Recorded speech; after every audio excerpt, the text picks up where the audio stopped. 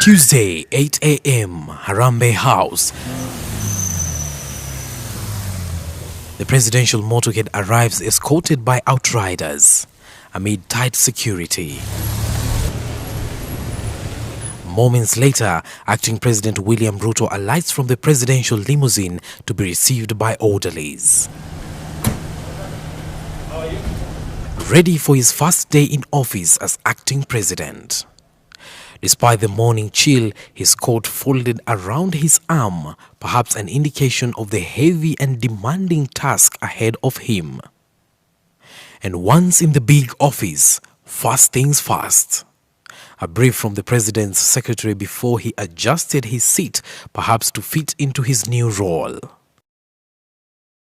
Ruto later held a meeting with the executive director of the United Nations Office for Project Services, UNOPS, Grit Faremo, where matters infrastructure took center stage. Also on the acting president's in-tray was a meeting with the Kenyan National High Commission for UNESCO, officials led by Dr. Evangeline Njoka, whose talks with the acting president centered on education before paving way for another meeting with ICT Cabinet Secretary Dr. Fred Matiang'i. Outside,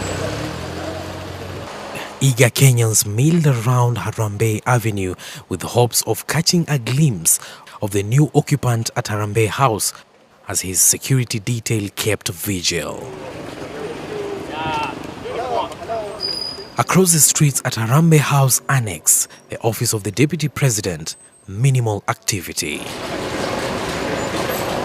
But conspicuously missing at the rooftop of Harambee House was the presidential standard, a flag that is hoisted whenever the president comes visiting, a clear indication that the full presidential power still remains with Uhuru Kenyatta, whose shoes Ruto was stepping in an acting capacity.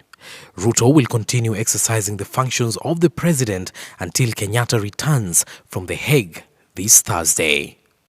While for some it is a case of a man crossing over to an office directly opposite his own, for William Samoei Ruto, the acting president of the Republic of Kenya, the first day at the helm of the country's leadership was one extraordinary day.